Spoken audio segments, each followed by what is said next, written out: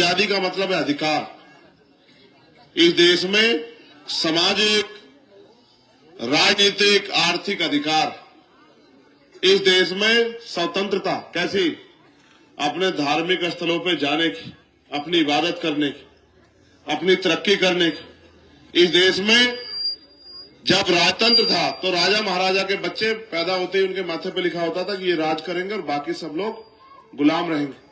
लेकिन इस देश में जब संविधान आया, इन सपनों के साथ आया कि जिनके पास वोट होगा उनका राज होगा, जिनकी संख्या होगी वो मिलजुल के राज में बैठेंगे और कभी हर 5 साल बाद किसी अन्य व्यक्ति को मौका मिलेगा जिसको जनता चाहेगी। जो जनता के काम नहीं करेगा, जनता उसको उखाड़ के फेंक देगी और जनता की जो उसके साथ देगा, गरीबों का हमदर्द होगा, गरीबों की आवाज बनेगा, जनता उसे ताकत दे देगी। लोकतंत्र इसलिए आया था कि राजतंत्र में अमीर लोग राज करते थे। अगर अमीर ही राज करेंगे तो वो लोकतंत्र नहीं हो सकता। अमीरों के चंगुल से छुड़ा के हमारे महापुरुषों ने हमें लोकतंत्र दिया कि गरीब का बेटा भी अपने लोगों के वोट से ताकतवर हो सकता है। इसलिए आया था लोकतंत्र। लेकिन आज लोकतंत्र क्या बन गया? जिनके पास जो राजा महाराजा थे उन्हीं की औलादों ने पैसे के आधार पर राजनीति करना शुरू किया। और जब पहली बार वोट का अधिकार मिला, पहले तो कोई चाहता नहीं था कि इस देश के कमजोर, हक वंचित समाज के लोगों को वोट का अधिकार मिले। जब बाबा साहब वोट की पैरवी कर रहे थे तो वो वोट के अधिकार को देने को राजी थे। वो बाबा साहब कहते कि वोट हर व्यक्ति को मिलना चाहिए। जो समझदार हो गया, बालिग हो गया, वो कहते वोट का अधिकार उसको मिले जो जमींदार है, वोट का अधिकार उसको मिले जिसका कारोबार है, वोट का अधिकार उसको मिले जो लगान देता है, वोट का अधिकार उसको मिले जो पढ़ा लिखा है। बाबा साहब ने घूम फिर के देखा कि इस देश में तो बहुत बड़े पैमाने पे कमजोर मजलूम लोग पढ़ाई से वंचित हैं, रोजगार से वंचित है, अधिकार से वंचित है, खेती से वंचित है, कारोबार से वंचित है। तो अगर चंद लोग फैसला करेंगे कि इस देश की पॉलिसी क्या होगी तो फिर ये लोकतंत्र नहीं हो सकता। ये जो नहीं बेटा तुमने शराब पी है ना, फिर चैन से बैठे रहो। अभी सबको समझाया था, तुम बीच में बाधा मत बनो।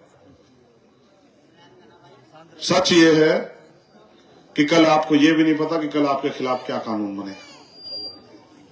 आप अपने दिलों पे हाथ रख के देखो, इस देश में क्या हो गया। आप मेरी बात को मेरी बात को इसलिए एहसास करना क्योंकि मैं आप में से एक हूं। मैं जुल्म के खिलाफ लड़ रहा हूं, इसलिए मेरी बात को करना। लोकतंत्र का मतलब था जनता द्वारा जनता का शासन, कि जनता जो चाहेगी उनकी हमदर्दी के लिए कानून बनेंगे। लेकिन आज कानून बनते तो आपसे कोई पूछता है क्या? एनआरसी का कानून बना, आप बताओ ईमानदारी से, आपसे किसने पूछा क्या? जगह यार मेरे को। एनआरसी खिलाफ कानून बना, किसने आपसे पूछा क्या? जब सीए पे कानून ना, आपसे किसने पूछा क्या? जब किसानों के खिलाफ कानून ना, किसान ने किसने पूछा क्या? जब अभी कुछ दिन पहले ड्राइवरों के खिलाफ कानून ना, ड्राइवरों से किसने पूछा क्या? जब जीएसटी लागू हुआ व्यापारियों के लिए तो क्या कभी किसने पूछा क्या व्यापारियों से? जब नोटबंदी की प्रधानमंत्री ने किससे पूछा क्या? तो इसका मतलब ये तो तानाशाही का दौर चल गया कि जो सत्ता में बैठा है कुछ परसेंट वोट लेके उसका जो मना है वो करे, जिस तरह से चलाए, जो कानून थोप दे। जिस तरह से गुलामों के ऊपर कानून थोपे जाते थे उसी तरह से गुलामों के ऊपर कानून थोपे जा रहे हैं।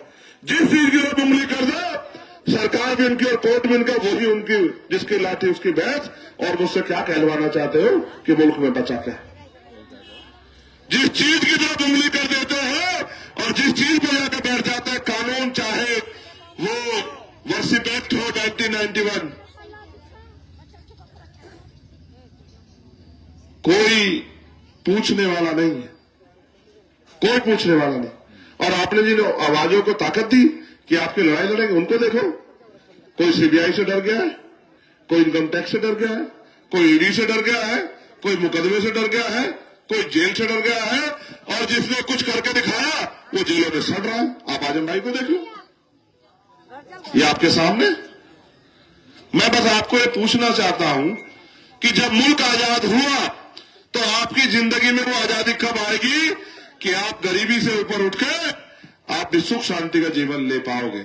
जो आप कारोबार रोजगार करते हो उसमें सरकार की नजर है, जीएसटी के छापे भी आपके पास लगते हैं और हर जुल्म का शिकार भी आपको होना पड़ता है। जिसको मनाए, जिस मुकदमे में उठा के पुलिस इनकाउंटर करे या ले जाए, जेल में बनाए, कोई पूछने वाला नहीं है। आप इसको आजादी मानते हो? नहीं, ये आजादी नहीं। सलाहबाजी वो होती है जिसमें जनता के सवालों का जवाब नेताओं को सरकार को देना पड़ता। आज क्या है, आप सरकार से एक सवाल पूछ लो, चाहे आप मीडिया के लोग हो या ऐसे जो हमारे नौजवान वहां गेट के पास खड़े होके पूरे कार्यक्रम को डिस्टर्ब कर रहे, चाहे आप इनमें से एक दो हो, तो इनकी बात कोई सुनने को राजी नहीं है। कोई मीडिया का व्यक्ति से आवाज उठाता जेल में भेज देते हैं, कोई दलित अपनी आवाज उठाता है नक्सली का आरोप लगा के जेल में भेज देते हैं, कोई मुसलमान अपने हक हुकूक की बात करता तो आतंकवादी बता देते हैं, कोई सिख अपनी बात करने किसान जाता है नक्सल खालिस्तानी बताने लग जाते हैं। इस मुल्क को हो क्या गया, इस मुल्क को होया गया है कि अब ये मुल्क हमारा मुल्क पूंजीपति और धन्ना सेठों की गोद में चला गया। अडानी के जो रिश्तेदार हैं, जो देश में शासन सत्ता चला रहे हैं, वो इस देश की सारी सरकार सिस्टम को बेच के अडानी अंबानी की गोद में उनके हाथ में दे रहे हैं। एक दिन वो दिन दूर नहीं, मेरी बात पर गौर करना। ये दो बातें याद रखना और अपने बच्चों को, अपने दोस्तों को, अपने साथियों को, अपने परिवार वालों और रिश्तेदारों को बताना कि अगर किसी देश को गुलाम बनाना हो तो दो चीजें करनी पड़ती है। पहली, उस देश के पूरे व्यापार पे कब्जा करना पड़ता है।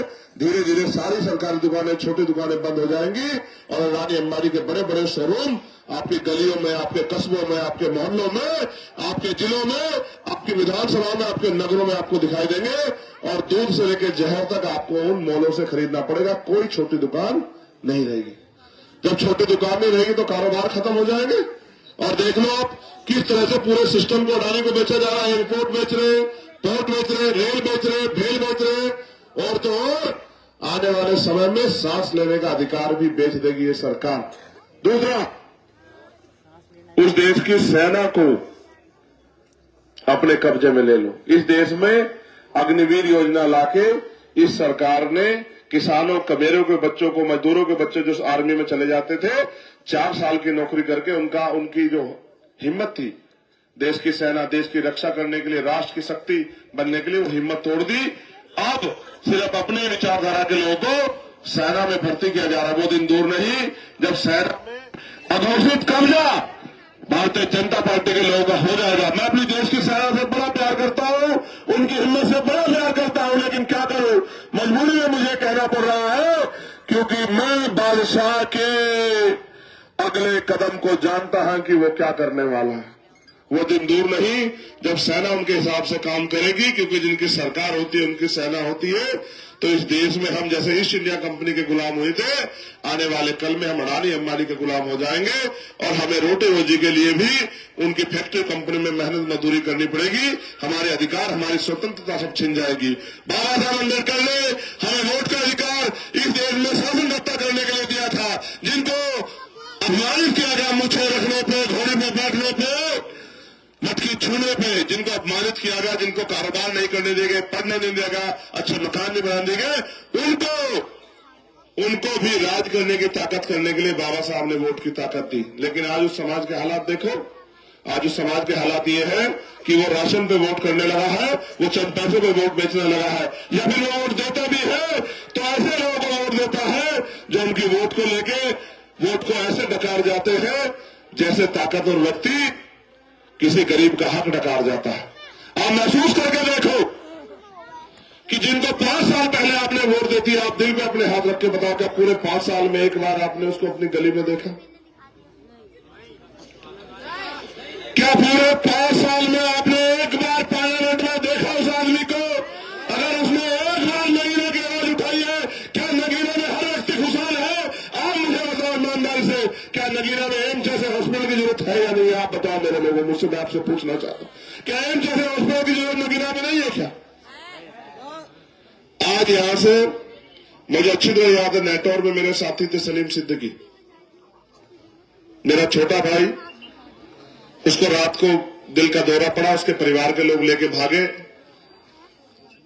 धामपुर की तरफ, लेकिन रास्ते में ही उसने दम तोड़ दिया। अगर यहां अच्छा हॉस्पिटल होता तो मेरा भाई सलीम आज जिंदा होता। मैं बात आपको इसलिए कह रहा हूं कि इस क्षेत्र में, जिले में बहुत सारी चीजों की जरूरत है, लेकिन आपके नेताओं ने एक बार जाके वहां हॉस्पिटल में खड़े होकर नहीं कहा कि हमारे हजारों लोगों की जान चली गई है, एक एम्स जैसा हॉस्पिटल होना चाहिए। जब आपके नेताओं ने नहीं कहा तो सरकार तो वैसे भी आपको नहीं देना चाहती। आपके नेताओं ने नहीं कहा कि वहां पढ़ने के लिए अच्छे स्कूल, अच्छे कॉलेज होने चाहिए, यूनिवर्सिटी होनी चाहिए। जो गरीबों के बच्चों को भी आसानी शिक्षा मिले और वो भी पढ़ लिख के आगे बढ़े, वो भी डॉक्टर, इंजीनियर, IAS, IPS बने। वहां कोचिंग सेंटर की जरूरत है। आपके नेताओं ने नहीं कहा कि आपके क्षेत्र में इंडस्ट्रियल एरिया लगना चाहिए जिससे लाखों नौजवानों को रोजगार की सुविधा मिले, लाखों पढ़े लिखे नौजवानों को रोजगार की व्यवस्था हो। आपके नेताओं ने नहीं कहा कि ये जो बैकलॉग आपने SC, ST, OBC का पकड़ रखा है, ये खाली बैकलॉग पड़ा है, इस खाली बैकलॉग को आपको भरना चाहिए। प्राइवेट किया जा रहा है। कल अगर ये प्राइवेट हो जाएगा तो दलित वर्ग के लोगों से, पिछड़े वर्ग के लोगों से मैं पूछना चाहता हूं, आज भी देश में छुआछूत भेदभाव है, धर्म के आधार पर गैर बराबरी है, तो आपके बच्चों को कुर्सी पे कौन बिठाएगा इस देश में? और कोई भी नहीं बिठाएगा और आप उससे बचाव की तैयारी भी नहीं कर रहे। भाई मैं समझता हूं किसी का अगर मकान टूटा हुआ है, बरसात आने वाली है, तो वो तैयारी करता है कि भाई बरसात से मैं बच जाऊं। लेकिन आप ये देख रहे हैं कि देश गुलाम होने की तरफ है, देश को बेचा जा रहा है, देश को लूटा जा रहा है, लेकिन आप फिर भी अपने घर में हाथ पे हाथ रख के बैठे। ऐसा लगता है कि आप अपने देश में अपने आप को दोयम दर्जे का नागरिक मानने लगे। मैं आपको ये विश्वास दिलाना चाहता हूं, ये मुल्क भी आपका है, ये देश भी आपका है और इसमें आप किराएदार नहीं है, आप इस देश में बराबर के हिस्सेदार हैं। आप अपनी ताकत को पहचानो मेरे लोगों, अपने हक हकूक की लड़ाई लड़ो। जब तक आप अपने हिस्से की लड़ाई नहीं लड़ोगे, आपके टूटे हुए घरों को, आपके उजड़े हुए घरों को कोई देखेगा नहीं। मैं देश भर में घूमता हूं, मैं यहां भी घूम रहा हूं, मैं देखता हूं आज भी खाने के लिए रोटी नहीं है और पेंशन के नाम पे, विधवा पेंशन, विकलांग पेंशन, वृद्धा पेंशन के नाम पे 500 रुपए थमाए जाते हैं। आप ईमानदारी से बताओ, 500 रुपए में तो 2 दिन का भोजन भी सही तरह से नहीं आता एक परिवार का। क्या मजाक कर रहे हो गरीबों से? ऐसा जैसे मालिक वो अपने पालतू जानवर की तरफ ऐसे कुछ खाना बढ़ाता और छीन लेता है। इस तरह से खून के आंसू रोने के लिए इस देश में गरीब मजबूर है। यहां भी महसूस करके देखो, सरकार ने आमदनी तो नहीं बढ़ाई, लेकिन महंगाई कैसे बढ़ी है आप देखो। 350 रुपए का सिलेंडर 1150 रुपए का, 120-30 रुपए का आने वाला बिजली का बिल 500-600 रुपए का, और 20 रुपए के आने वाली दवाई आज 100 रुपए की हो गई है। पेट्रोल डीजल के दाम दुगने हो गए हैं और अब अगर आमदनी पूछो तो जीरो। मनरेगा में मजदूरों को 100 दिन काम का वादा करके 25 दिन काम नहीं मिल रहा है। ठेकेदारी पे 7,000, 8,000, 9,000, 10 में 10,000 रुपए में गरीबों पे खून नोचा जा रहा है, गरीबों की खाल उतारी जा रही। इस देश में आप ये बताओ, आपकी नस्लें आने वाली करेंगी क्या जब आपका आदमी कुर्सी पर नहीं बैठा होगा और वो कुर्सी बैठ के कलम से आपके पक्ष में फैसले नहीं करेगा? कानून सड़क में नहीं बनते हैं, कानून पंचायतों में नहीं बनते हैं, कानून बनते सदनों में। सदनों में आप गूंगे बहरे लोगों को भेजते हो और आप ये सोचते हैं आपकी लड़ाई लड़ो। मैं आपको याद दिलाना चाहता हूं, मैं पहले आपसे शुरुआत करूंगा। आप महसूस करो, 2018 का समय था, SC, ST एक्ट को कमजोर किया गया था, 17 लोगों ने कुर्बानी दी। मेरे दलित समाज के लोगों, मेरे आदिवासी समाज के लोगों, बताओ भीम आर्मी के अलावा कौन खड़ा था आपके साथ? पूरी जिम्मेदारी से बताओ। अगर इस देश में कोई खड़ा था तो भीम आर्मी के लोग खड़े थे और भीम आर्मी के 17 नौजवानों ने अपने प्राणों का बलिदान करके इस देश के SC, ST एक्ट को बचाने का काम किया, संविधान की रक्षा करने का काम किया। जब दिल्ली में गुरु घाट टूटा सदगुरु दयाल जी महाराज का, तो भीम आर्मी आजाद समाज पार्टी के लोग खड़े थे जिन्होंने अपनी पीठों पर लाठियां खाके 96 लोगों ने 66 दिन जेल में रहकर केंद्र की सरकार को नाक रगड़वा के आपके गुरु घर को बचाने का काम किया। ये ताकत थी भीम आर्मी आजाद समाज पार्टी की, ये ताकत थी आपके चंद्रशेखर आजाद की। जब औरैया में आपको याद होगा भी एक वीडियो वायरल हुई कि एक बहन ने कहा कि मेरे पति को मार दिया है, मेरे ससुर मेरी सास को मार दिया है, चंद्रशेखर भैया मेरे घर आ जाओ, मेरी मदद कर दो, मुझे मार देंगे। तो मैंने यहाँ का काम छोड़ा, मैं औरैया गया और उसको बहन को वचन दे के आया कि तुझे हवा भी नहीं लगने दूंगा, तेरा भाई वचन देता। जितनी ताकत है मेरे में लड़ रहा हूँ। वहां के अधिकारियों से लड़के आया, उसकी पेंशन बनवा के आया, उसके बच्चों की जब तक वो बड़े ना जाए पढ़ाई की व्यवस्था करके आया, उसके लिए लाइसेंस की व्यवस्था करके आया, जो भी कर सकता था करके आया। आप याद करो मेरे लोगों, हाथरस का अन्याय आपने देखा होगा, जब उस बच्ची को मार के जालिमों ने उसके साथ अन्याय किया और कोई सुनवाई नहीं कर रहा था, तब चंद्रशेखर आजाद पहले गाड़ी में, फिर बस में, फिर मोटरसाइकिल पे जाकर उसकी आवाज उठाने का काम किया और फिर चंद्रशेखर गिरफ्तार कर लिया गया। फिर चंद्रशेखर आया ने जाके उसी गांव में खड़े होकर उस परिवार को विश्वास दिला के अकेला मत समझना और उन गुंडों को जेल भिजवा के उन गुंडों को सजा दिलाने का काम किया। ये ताकत पैदा की है आपने चंद्रशेखर आजाद में। आप याद करो, यही इसी मेरठ में एक व्यक्ति को पैसे मांगने पे मार के लटका दिया गया। उसकी आवाज बनने का काम चंद्रशेखर ने किया। दो पार्षदों को शादी रूप से पीटा गया, उनकी आवाज बनने का काम चंद्रशेखर ने किया।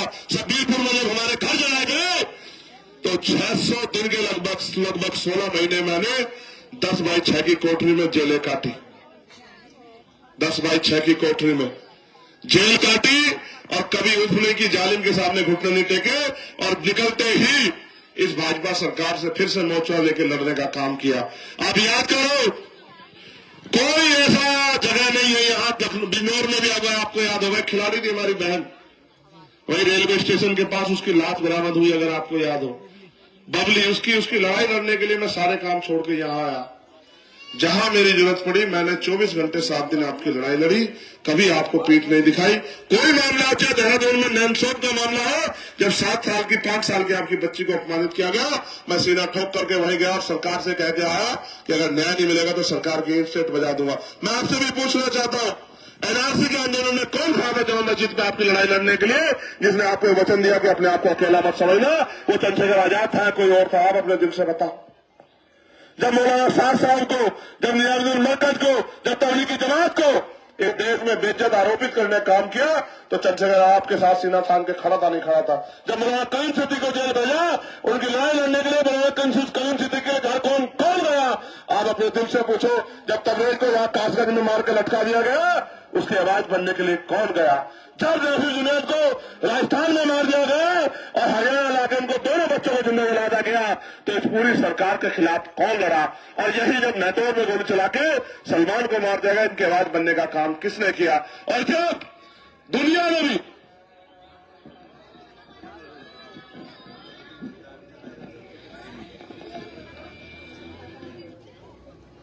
हो गया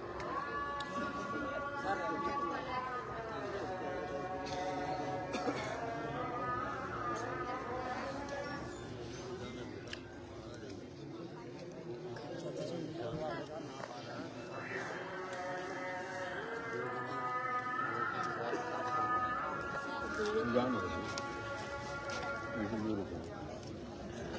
कई घंटा के बाद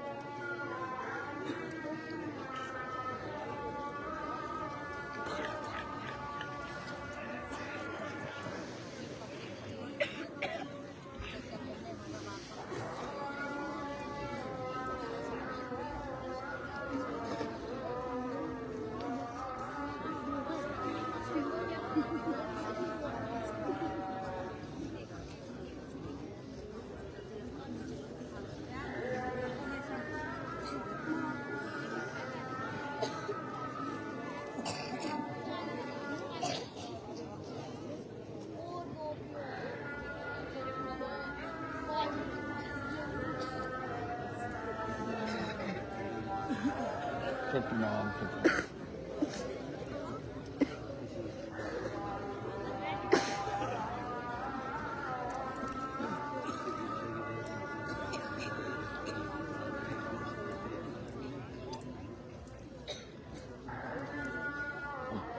और कहा बड़े हीरो बन रहे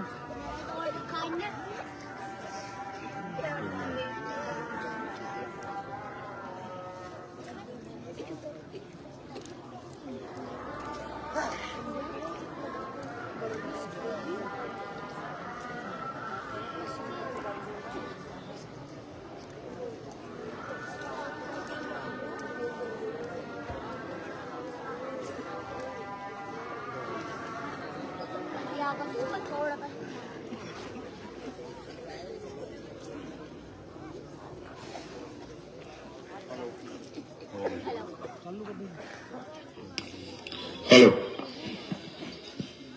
तो क्योंकि मेरे गुरुओं संतों महापुरुषों ने मुझे लड़ना सिखाया अन्याय के खिलाफ, जुल्म के खिलाफ, तो जब दुनिया में भी, अभी आपको याद हो धामपुर में उस दिन हमारी रैली थी और उसी समय फिलिस्तीन के साथ जुल्म होना शुरू हुआ और प्रधानमंत्री ने और यहाँ के उत्तर प्रदेश के मुख्यमंत्री ने स्पेशल ऐलान करवाया कि अगर कोई फिलिस्तीन की हिमायत करेगा तो उसको सरकार के मुकदमे का सामना करना पड़ेगा। तो मैं पहला अकेला वाइस शख्स था जिसने फिलिस्तीन की हिमायत यही धामपुर की सरजमी पे खड़े करी और ये कहा कि हम मजलूमों के साथ हैं, हम फिलिस्तीन के साथ हैं। मैं बात आपको इसलिए बता रहा हूं, आप 10 रुपए का सामान खरीदने जाते हो, 20 रुपए का सामान खरीदने जाते हो, एक कई बार सामान को चेक करते हो, ये सामान नकली तो नहीं है, ये सामान कम तो नहीं है, ये सामान का जो पैकेट है खुला हुआ तो नहीं है। लेकिन जब आप 5 साल के लिए अपने लिए नेता चुनने जाते हो तो फिर एक बार भी चेक करते कि ये आदमी आपकी आवाज उठाएगा नहीं उठाएगा।